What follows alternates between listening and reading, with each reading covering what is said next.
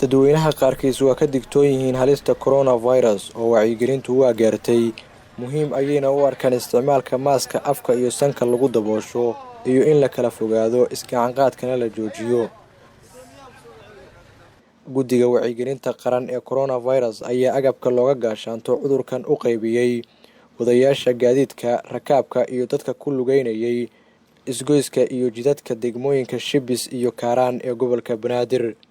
Agaasimaha arrimaha bulshada ee gobolka Banaadir Maxamed Axmed Cantoobo ayaa hay'adaha dowladda Soomaaliya uga mahad celiyay ka qayb qaadashadooda wacyigelinta coronavirus. degmooyinkiisa qaybta bari oo ay ka kooban yihiin Kaaraan, Yaaqshiid, Hurwaa iyo Shibis. waxaan soo marnay degmooyinka Shibis iyo Yaaqshiid, hadda waxaan ku sii soconaa Hurwaa, hadda waxaan joognaa Kaaraan.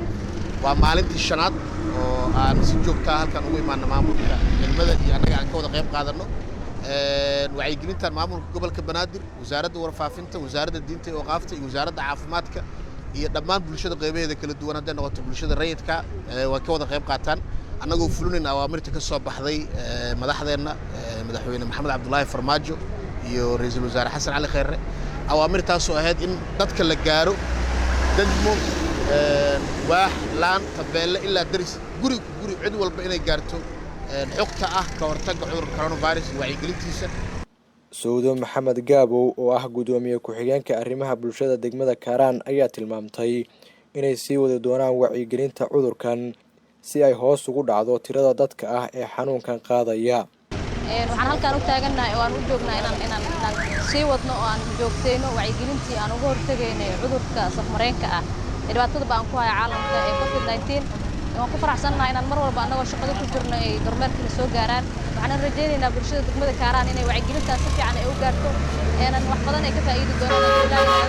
Agaasimaha xiriirka warbaahinta gaarka loo leeyahay Cabdulqaadir Maxamed Cadde ayaa sheegay in bulshadu ku baraarugtay halista coronavirus. waxaan sameynaa wacyigelin volunteer waxaan soo joogtiin waxaan ku wareegnaa maalin ay keeno laamiyada, suuqyada, dugsiyada, xaafadaha taasoo annagoo gaarsiinayna wacyigelin. waxaa ilaahay maadiisa inay wacyigelintii aan wadno maalmahan hirgashay dadka face maskiga aan qaybinayna ee ayagina ka soo doonanayaan. meesha waxaan ku qaybinaa kun face mask oo wajiga afka lagu xirto kunkiiba waa naga dhamaaday si degdeg ah.